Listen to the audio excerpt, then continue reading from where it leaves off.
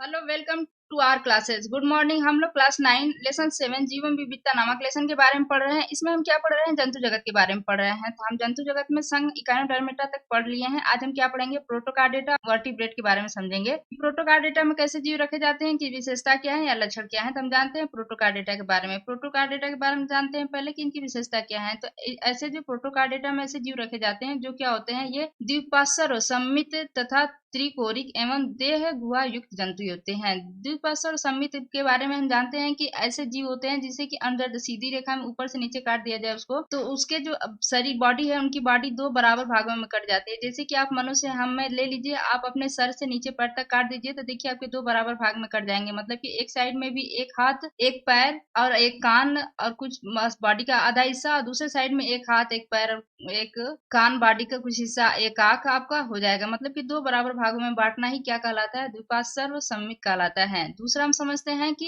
ये केवल समुद्र में पाए जाने वाले जीव होते हैं। ये जो प्रोटोकार्डेटा के जीव होते हैं वो केवल समुद्र में पाए जाते हैं, या इन्हें कह सकते हैं समुद्री जंतु होते हैं। तीसरा देखते हैं कि इनके जो लक्षण होते हैं वो अकशेरुकी व कशेरुकी से मिलते जुलते हैं। बोले तो वर्टिब्रेट और नॉन वर्टिब्रेट से मिलते जुलते इनका लक्षण होता है प्रोटोकार्डेटा का। चौथा है, इनमें श्वसन जो होता है वो गिल्स के द्वारा होता है। आप समझ सकते हैं कि जब ये समुद्र में पाए जाते हैं तो हम ध्यान दे सकते हैं कि जो मछलियां होती हैं उनका श्वसन किससे होता है? गिल्स के द्वारा होता है। हमने पढ़ा है पिछली क्लास में, उससे हम समझ सकते हैं कि श्वसन जो होगा इनमें गिल्स के द्वारा होगा।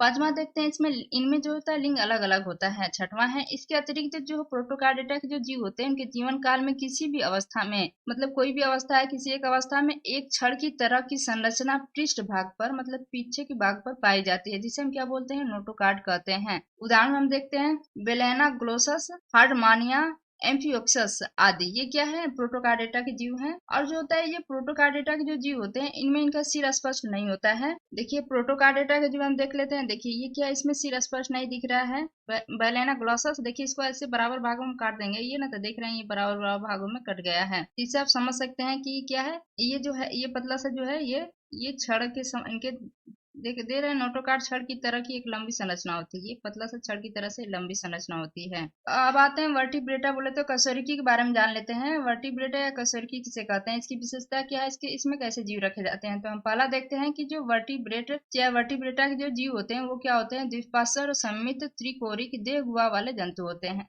दूसरा है, इनमें ऊतकों एवं अंगों का जटिल विभेदन पाया जाता है। मतलब आप क्लियर पहचान सकते हैं कि ये कौन से अंग है इसमें और कौन सा ऊतक है। तीसरा है कि इन जंतुओं में वास्तविक मेरुदंड एवं अंतःकंकाल पाया जाता है। ये जो नोटोकार्ड होता है ना, यही नोटोकार्ड जो होता है ये मेरुदंड कोशिका में बदलता है। चौथा देखते हैं कि सिर स्पष्ट होता है। जो ऐसे वर्टिब्रेटा के जो जीव होते हैं उनमें क्या होता है? सिर स्पष्ट होता है। पांचवा है, इनका लिंग अलग अलग होता है। छठवां देखते हैं कि ये जलचरों में श्वसन गिल के द्वारा व थलचरों में फेफड़ों के द्वारा होता है। हमें पता है जो जलचर होंगे मतलब कि कुछ मछली होंगे तो वो क्या होंगे, ये गिल से अपना श्वसन करेंगे। थलचर मतलब थल पर आने वाले जीव में उन्हें फेफड़ा पाया जाएगा। ये इस वर्टिब्रेटा को जो है वो 5 वर्गों में विभाजित किया गया है। तो वर्टिब्रेटा में हम पढ़ेंगे, उसमें जो होता है कुछ वर्टिब्रेटा को दो गण में डिवाइड किया गया है, एक जबड़ा रहित, एक जबड़ा के साथ, मतलब कि बिना जबड़ा का और जबड़ा के साथ के जीव पाए जाते हैं, उसके बारे में हम पढ़ेंगे। Thank you for watching. Please like and subscribe my channel.